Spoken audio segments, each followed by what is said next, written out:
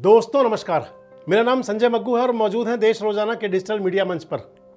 चुनावी नगाड़ा बज चुका है, चुनाव की तिथियों का ऐलान हो चुका है।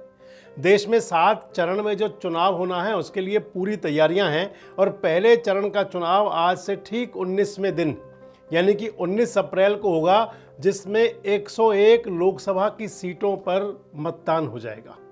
यानी कि लगभग 20% से थोड़ा सा कम सीटों पर पहले चरण की वोटिंग हो जाएगी। उस सबको लेकर के सियासी जो पार्टियां हैं उनकी भी तैयारियां बहुत जोरों पर हैं। आज दिल्ली के रामलीला मैदान में इंडिया गठबंधन रैली कर रहा है। इंडिया गठबंधन की जो रैली हो रही है वो अरविंद केजरीवाल और हेमंत सोरेन की गिरफ्तारी के विरोध में है। इंडिया गठबंधन इस रैली को कह रहा है कि तानाशाही से मुक्ति के लिए सियासी पार्टियां अपनी तैयारियां कैसे कर रही हैं आप देखें। अगर इंडिया गठबंधन की रैली दिल्ली में है तो फिर प्रधानमंत्री नरेंद्र मोदी आज मेरठ में हैं। मेरठ में उनके साथ मंच पर जयंत चौधरी होंगे और मेरठ की रैली चौधरी चरण सिंह को समर्पित है, भारत रत्न चौधरी चरण सिंह। तो उधर सीकर के अंदर देश के जो गृह मंत्री हैं, भारतीय जनता पार्टी के जो चाणक्य हैं अमित शाह, वो राजस्थान को साधेंगे सीकर से, क्योंकि सीकर की भी 11, राजस्थान की भी 11 लोकसभा सीटों पर मतदान है 19 तारीख को ही। तो इस लिहाज से माने कि सियासत बहुत गर्म हो चुकी है। और इस सब के बीच आज मैं आपसे चर्चा करने चला हूं देश की एक ऐसी लोकसभा की सीट कि जो भारतीय जनता पार्टी के लिए बहुत ही अधिक मायने रखती है। जब अयोध्या में भगवान श्री राम के मंदिर की प्राण प्रतिष्ठा हुई तो तभी से एक नारा दिया जाने लगा कि अब मथुरा के भगवान श्री कृष्ण मंदिर की जो जन्मभूमि है उसकी बारी है। तो मैं आपसे बात कर रहा हूं इस वीडियो के अंदर उसी मथुरा लोकसभा सीट की। वो मथुरा लोकसभा सीट जहां पर कि भारतीय जनता पार्टी आज तक जो चुनाव हुए, इन सब चुनावों में 6 बार भारतीय जनता पार्टी के सांसद बने तो 4 बार यहां से कांग्रेस के सांसद बने। इसके अलावा यहां से जनता दल, जनता पार्टी, राष्ट्रीय लोकदल, इन तमाम पार्टियों के भी सांसद बनते रहे।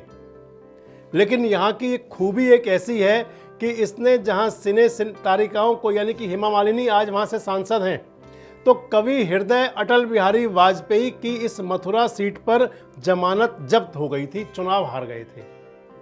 इस मथुरा सीट के अंदर जहां पर कि जाट और मुस्लिम बाहुल्य मतदाता हैं, उस लोकसभा सीट पर जयंत चौधरी चरण सिंह के पुत्र, जो आज प्रधानमंत्री मोदी के साथ मंच साझा कर रहे हैं, 2014 के चुनाव में हेमा मालिनी से चुनाव हार गए थे लगभग 3 लाख से ज्यादा वोट से। आज मैं आपसे चर्चा में हूं उस मथुरा लोकसभा सीट को लेकर, जहां पर कि भारतीय जनता पार्टी ने अपना प्रत्याशी घोषित कर दिया है एक बार दोबारा से 75 साल की स्वप्न सुंदरी हेमा मालिनी को, सिने अभिनेत्री। बड़ी चर्चाएं थी कि अब की बार हेमा मालिनी को भारतीय जनता पार्टी शायद प्रत्याशी नहीं बनाने जा रही, लेकिन ये 400 पार का जो नारा प्रधानमंत्री ने दिया है उसमें कहीं चूक ना हो जाए, कहीं कोई कमी ना रहे, इसलिए भारतीय जनता पार्टी को हर सीट सोच समझकर और फूंक फूंक कर देनी पड़ रही है। इसके लिए भाजपा ने अपने तमाम नियम कायदे जो उनके बने हुए हैं, अगर उनसे भी आंख मूंदनी पड़े तो कोई परहेज नहीं। इसलिए आप मानिए कि यहाँ की सीट पर एक बार फिर से भारतीय जनता पार्टी से हेमा मालिनी है। 75 साल की लगभग उनकी उम्र पूरी हो चुकी है।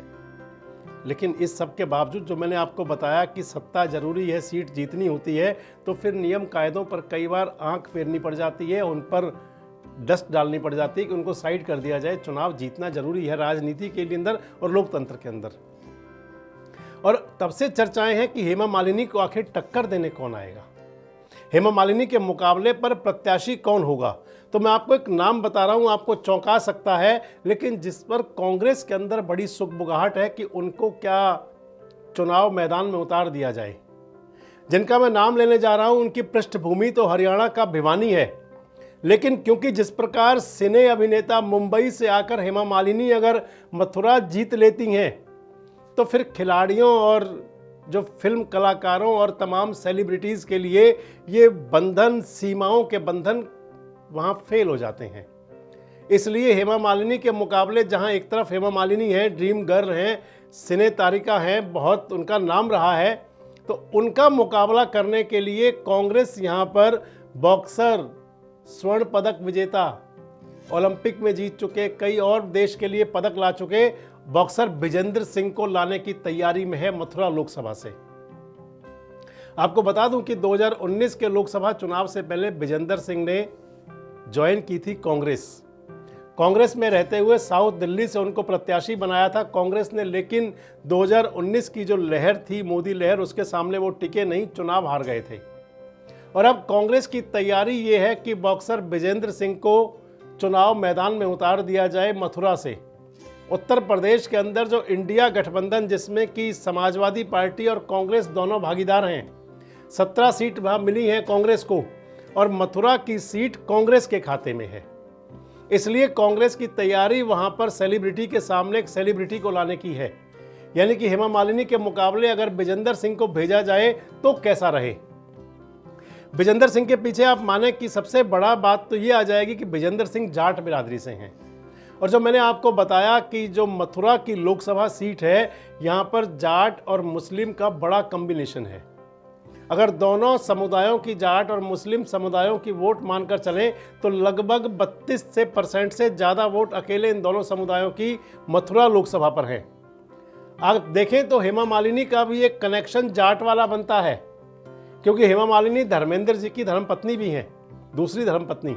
और धर्मेंद्र पाजी जो है, धर्म पाजी जिनको कहते हैं, जो खुद भी भारतीय जनता पार्टी के सांसद रहे बीकानेर से, तो धर्मेंद्र जी के लिए भी माना जाता है कि धर्मेंद्र भी जट सिख हैं, जाट समाज से आते हैं। इस लिहाज से हालांकि साउथ की हैं हेमा मालिनी, लेकिन क्योंकि उनका विवाह हुआ तो कहीं ना कहीं जट जाट समुदाय से जोड़ लिया जाता है। लेकिन अब अगर बॉक्सर विजेंद्र सिंह सामने आते हैं तो जाट और मुस्लिम वाला कॉम्बिनेशन कांग्रेस सोच कर चल रही है, क्योंकि 2004 के लोकसभा चुनाव में यहां पर कांग्रेस के ही सांसद थे।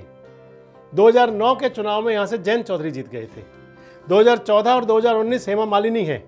2024 का चुनाव बहुत महत्वपूर्ण है। मैंने आपको पहले ही बताया कि हेमा मालिनी पर भारतीय जनता पार्टी के अंदर बहुत मंथन था, लेकिन क्योंकि सीट जीतनी जरूरी है, उसके लिए बाकी सारे जो बंधन है, बाकी सारी मर्यादाएं हैं वो लांघी जा सकती हैं, इसलिए हेमा मालिनी को वहां से कैंडिडेट बना दिया गया।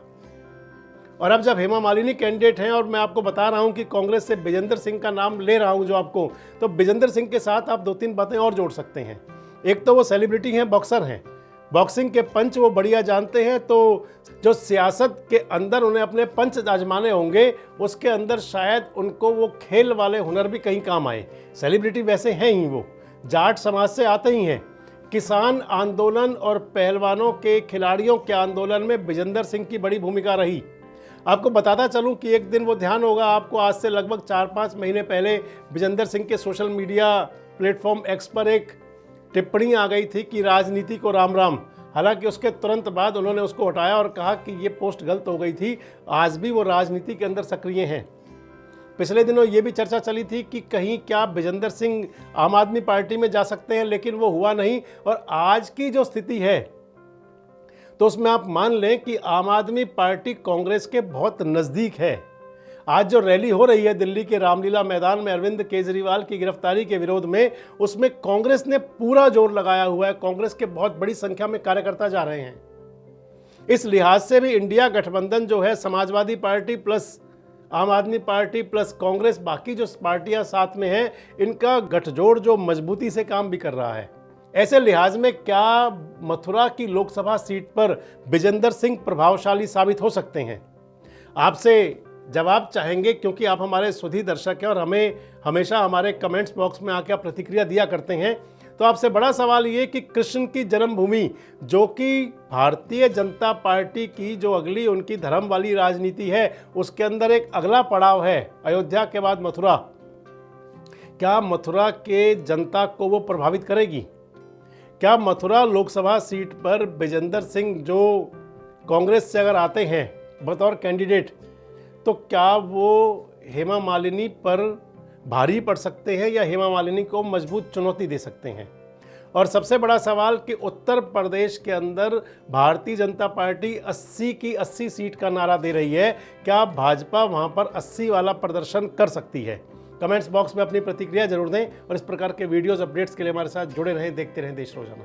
हमारे साथ जुड़े रहने के लिए देखते रहिए देश रोजाना का YouTube चैनल। सब्सक्राइब कीजिए, साथ ही देश रोजाना की खबरें सबसे पहले देखने के लिए प्रेस कीजिए बेल आइकन।